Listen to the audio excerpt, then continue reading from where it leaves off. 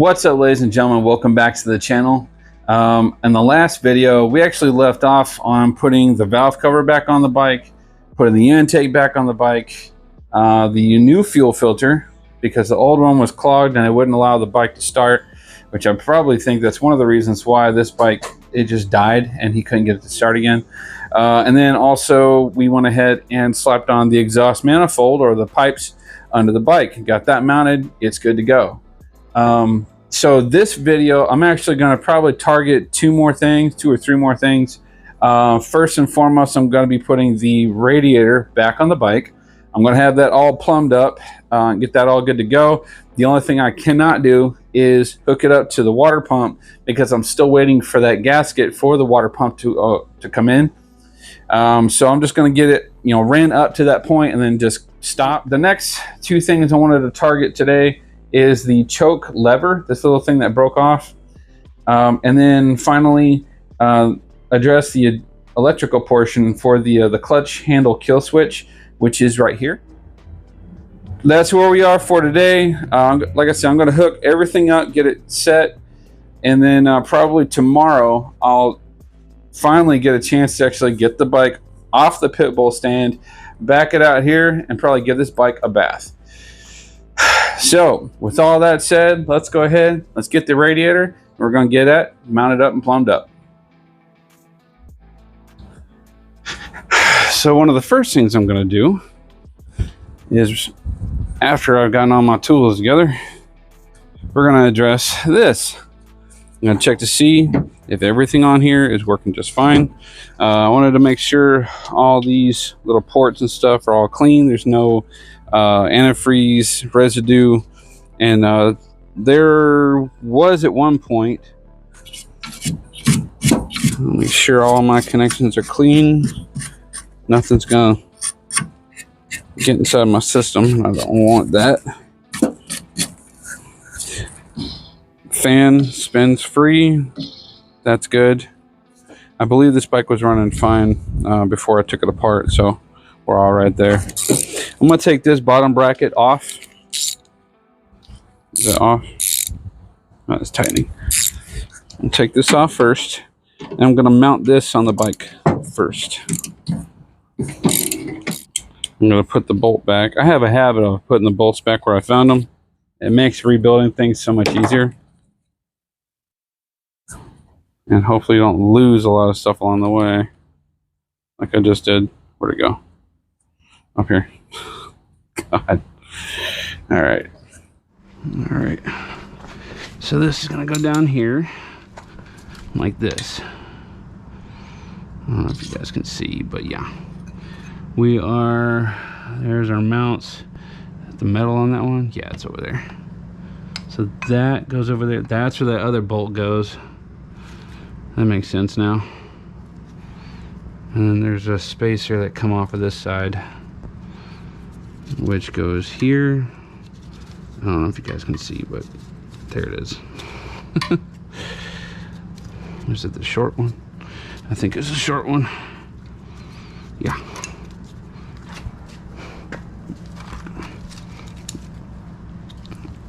I think I had the long extension for this. I did.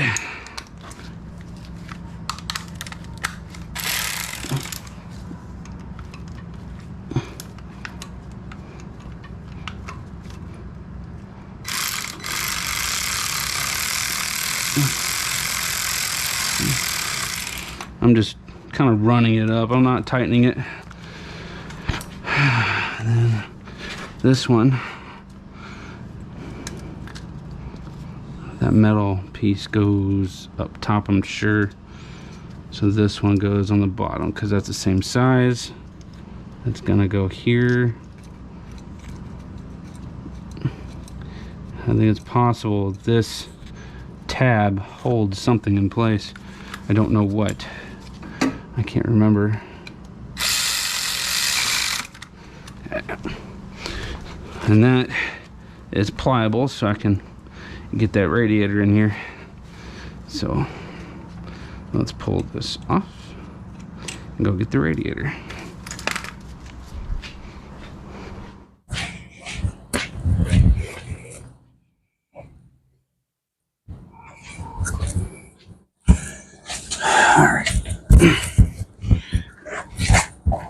My butt right here.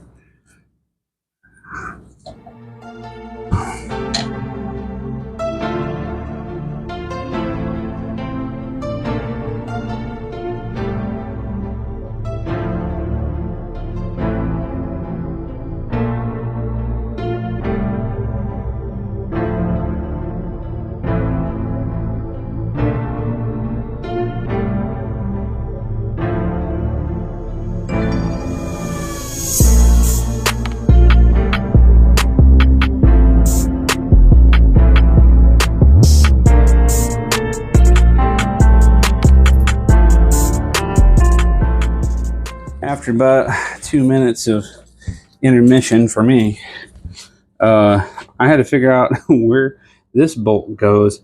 I figured it out. I can't believe I missed this. It's for the horn.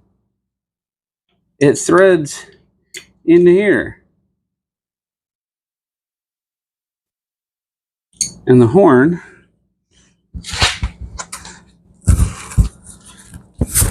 mounts up here. Such a dumbass. And the horn faces straight forward, which probably couldn't be in the worst location, but it's whatever. So yeah, there's that. It's for the horn. So let's run this bolt inside there like it's supposed to. I took off my gloves because I was shredding them.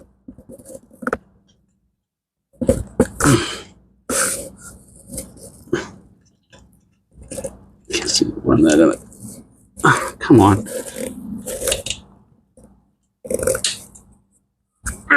I said work with me. Why do you gotta fight me?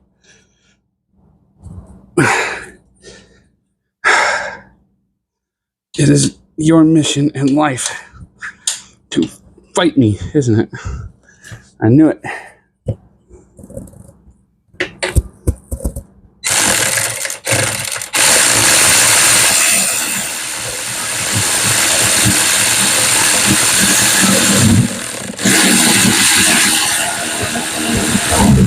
There it is. Haha!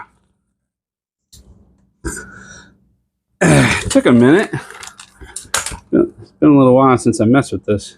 So, anyway, there's that. Here's your horn. And it's all connected. Let's see. I should still have it. There she is. Fantastic. Next on the list is going to be this choke, the choke lever.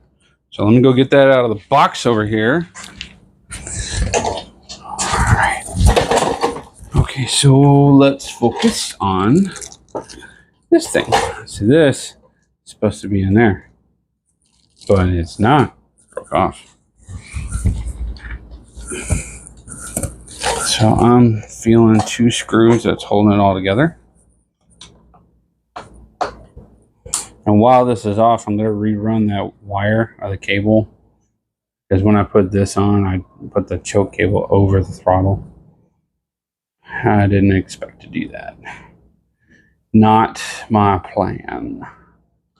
Just throwing it out there. Not my plan.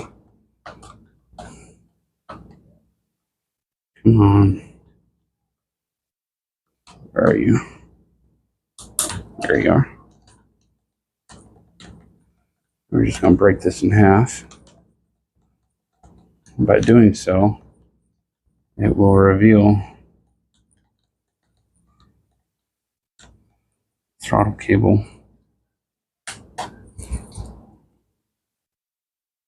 wonder if I can change it right here. Nah, it's got to be connected to something.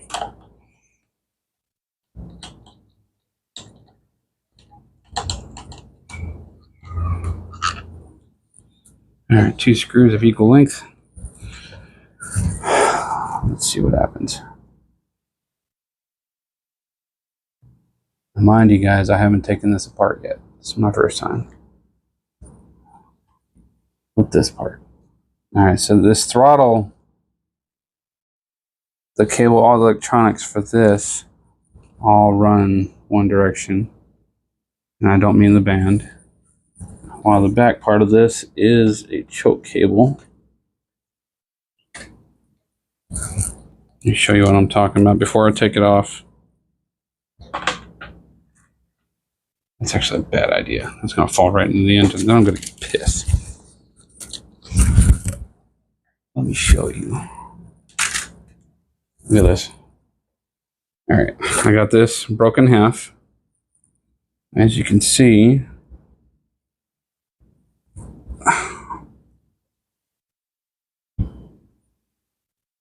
this is going to be your choke right here, this wire, and this throttle adjuster. It connects. I don't know if you can see it. I think the wire is too tight, but you can see this thing moving. So I may need to loosen. I may need to loosen this up. Let's put you guys back up on the tripod.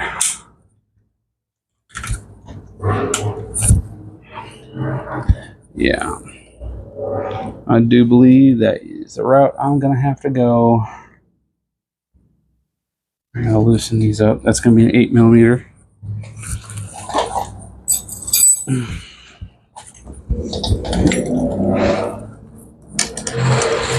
8mm.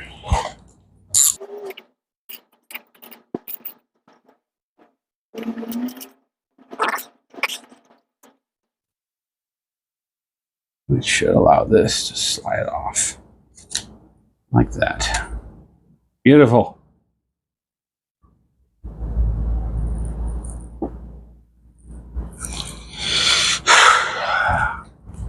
I don't know if you guys can see that. But when it came off, it came out of the groove right here on the right.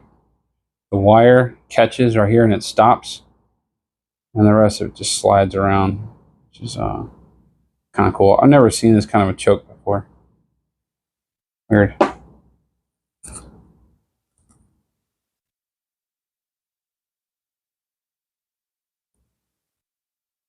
See that?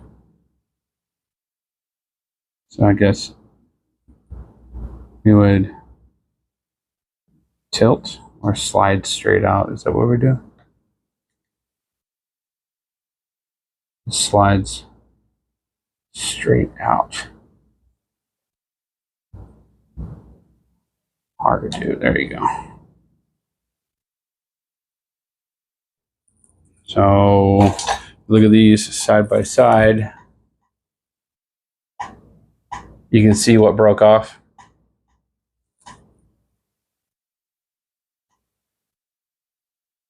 You can see, yeah, you can see what broke off. Oh. Okay. Well, so we will take this, put that lead stopper back into its groove, roll this back into place.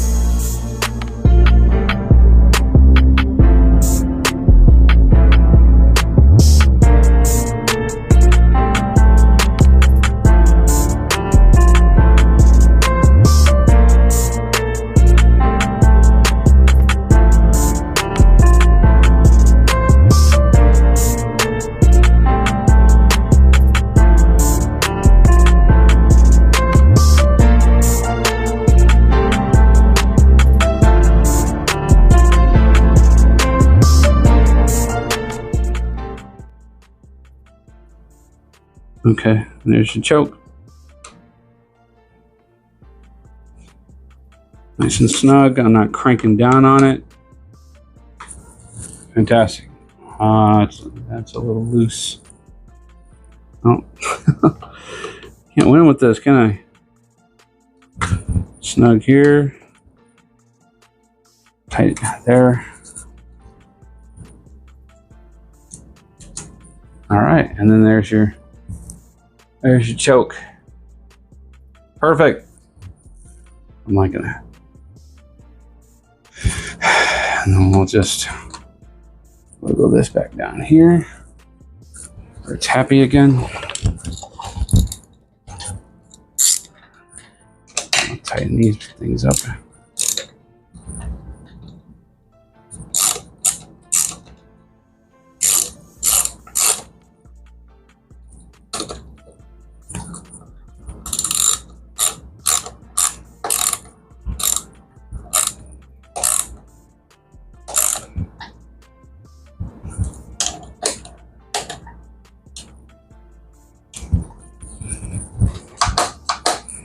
Fantastic. And then there's no up and down motion, left and right. There's your choke. There you go. All right. Now there's one more thing on this little location that I want to address, and that is going to be our clutch handle kill switch, which is right here. As you can see, I got 3 prongs on this, and I've only got 2 right here. I got 1 and 2. So how am I going to make this work?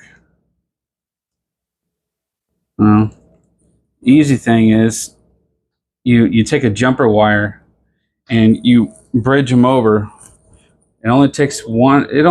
This is a circuit right here. If you take a wire and bridge it from one little terminal to the next, you're actually completing that circuit.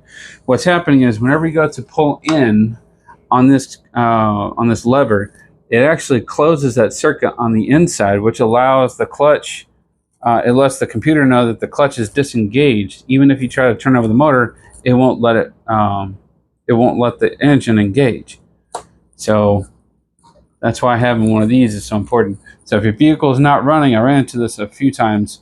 Your clutch handle kill switch can possibly have a bad connection. Now, what I'm going to do is I'm going to take this. They are the same sizes. This is the ones from my Honda Magna. I already bought another set, but these are my old ones from a Honda Magna. These are going to work just fine. This length, it just isn't going to work for me. It's not enough wire.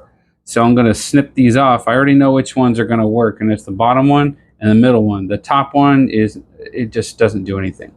At least that I'm aware of. So I'm going to go get my depinning tools and pull these out, cut them, and then splice them into this, plug it up, and call it a day. I've already depinned that one connector, and where did it go? Here we go. And this is what I was talking about, for these 2 little prongs to know which ones will start your bike and which ones won't. So like right now, if I go to turn this on, turn on the power, right? The only thing that's going to activate is going to be the fuel pump. Just that. All right, now. If I were to take, and let's just say this is just a wire, right? But I'm using alligator clips. I just need 2 of the terminals to complete the circuit, like this. They're not touching. Now watch. Hear that?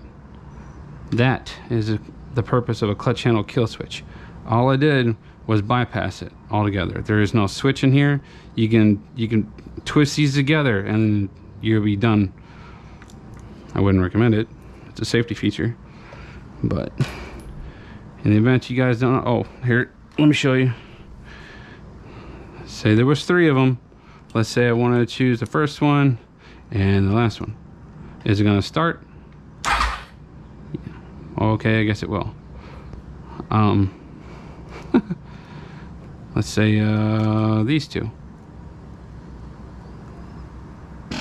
Yeah, see, that's a no-go. So you got to pick one or the other. In this case, I'm going to choose, see, this one seems to be ground. This one is power from the battery. I think that one is black and yellow. I'm not entirely sure where that's coming from. But I'm going to choose these 2. The solid black wire with the red tracer and the solid black wire as a ground. I'm going to bridge both of I'm going to have both of those connect to here. And this one here, I'm going to snip it off and then wrap it up as if there's only just 2, because that's all we're ever going to use. I've already tried to do a solder job. I can't find my soldering iron around here. I know it's around here somewhere, but for some reason, open flame, I usually use it and it works out really well. Unfortunately, this one's not. It's just spitting the solder everywhere. So can't solder it, when in doubt, crimp it out. So I'm gonna go get me some wire crimps and some butt connectors and do it the old-fashioned way. It is not my ideal method of how to join wires together, but if you're left with no other choice, this is the route that you need to go.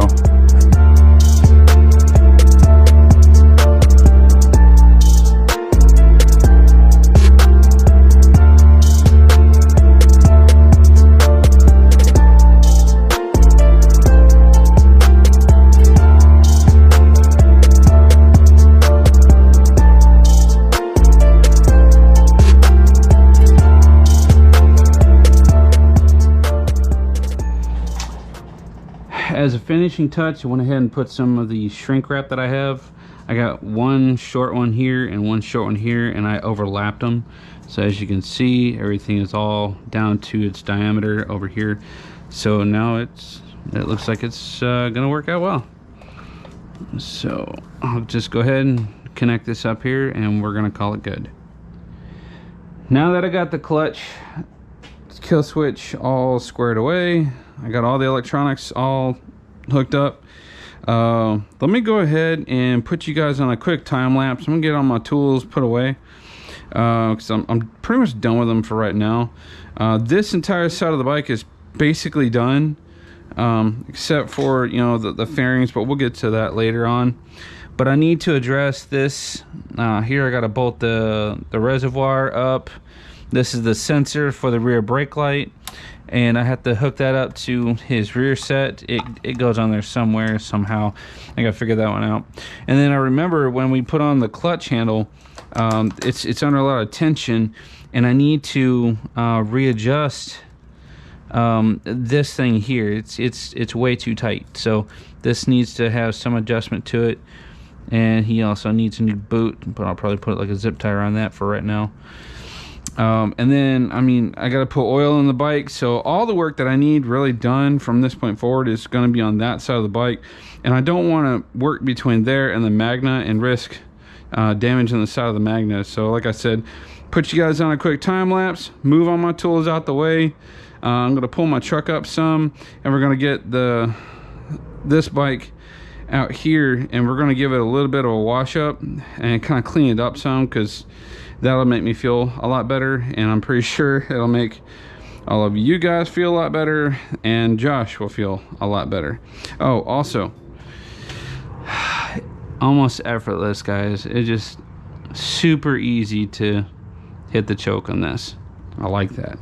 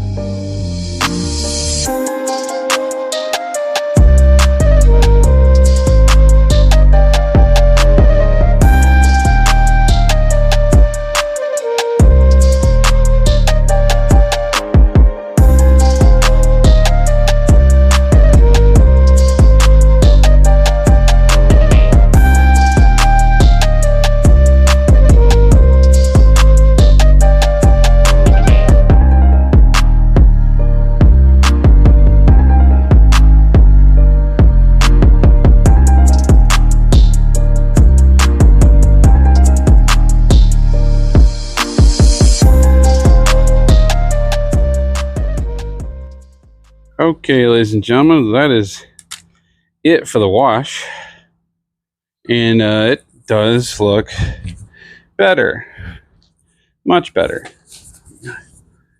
You see how I scrubbed most of that. I try to get in all the areas I could. There's still some way back there, but it's gonna get dirty anyway from the chain. But up in here, I got as much of that as I could, so that's clean. Yeah, it's a little wet in there, but that's fine. That's fine. It's not gonna hurt it. Clean license plate for the first time in a while. Rims are clean. They could use a little bit of treatment. Just saying. But for the most part, it's clean. I took that red tape off the side. You see how the sun faded it? That's what UV does to your paint. So if you want to have a white bike, eventually it's going to turn into a cream color. If you want a red bike, eventually it turn into a pink bike, and so on and so forth. But it is looking good, guys. I like how these rims cleaned up some. I mean, they're not going to be absolutely stunning and beautiful, but better than they were. They were just coated with brake dust and road grime.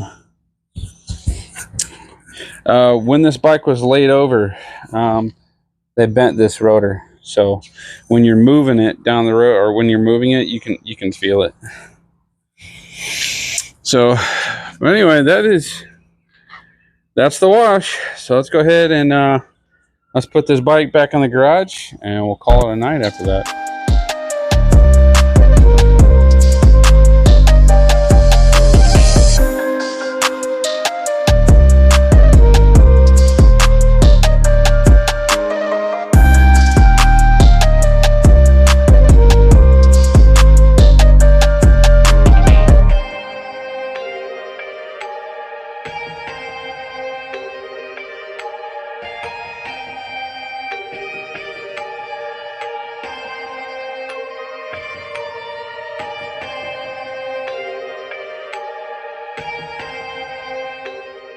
All right, ladies and gentlemen, with that is going to be a wrap for today's video. Hopefully you guys enjoyed the content of it as much as I had making it. If there's anything on the bike that you wanted me to cover, please leave it in the comments down below. I also want to apologize for lengthy videos. I know these are anywhere from 30 minutes to an hour in length, but that's because I'm trying to cover as much on this bike as possible. There's a lot to cover, and I'm trying to do it in the fewest amount of videos possible. So that's kind of why I'm doing it that way. That way I can get this bike back on the road, get it back to the owner, and then I can bring the Magna back out of hibernation. Well, I got a couple things I still have left to do to that. So John, I heard you, especially our little conversation on Instagram. Yes, sir, I got you. The Magna will be back on the road soon. I just got to get this out of here and then get that back on the road. And then I got that other project that's in the backyard. If you guys want to know what it is, just I want to hear what you guys have to comment about it. I mean, I want to know, like, what's your idea of what kind of bike I brought home? Just throw it out there. You know, let's talk. Hit me up on Instagram. If you guys want to chat there, go for it. I'm always online. And if you guys want to send me an email, I'll actually put my email down here at the bottom of the screen. I will be answering those emails. I do on a daily basis. But yeah, I mean, that's pretty much it for today. If you don't mind, don't forget to like, share, comment, and subscribe to the channel. And also, don't forget to hit your post notification bell up there in the top right-hand corner of your screen so you guys don't miss any future videos.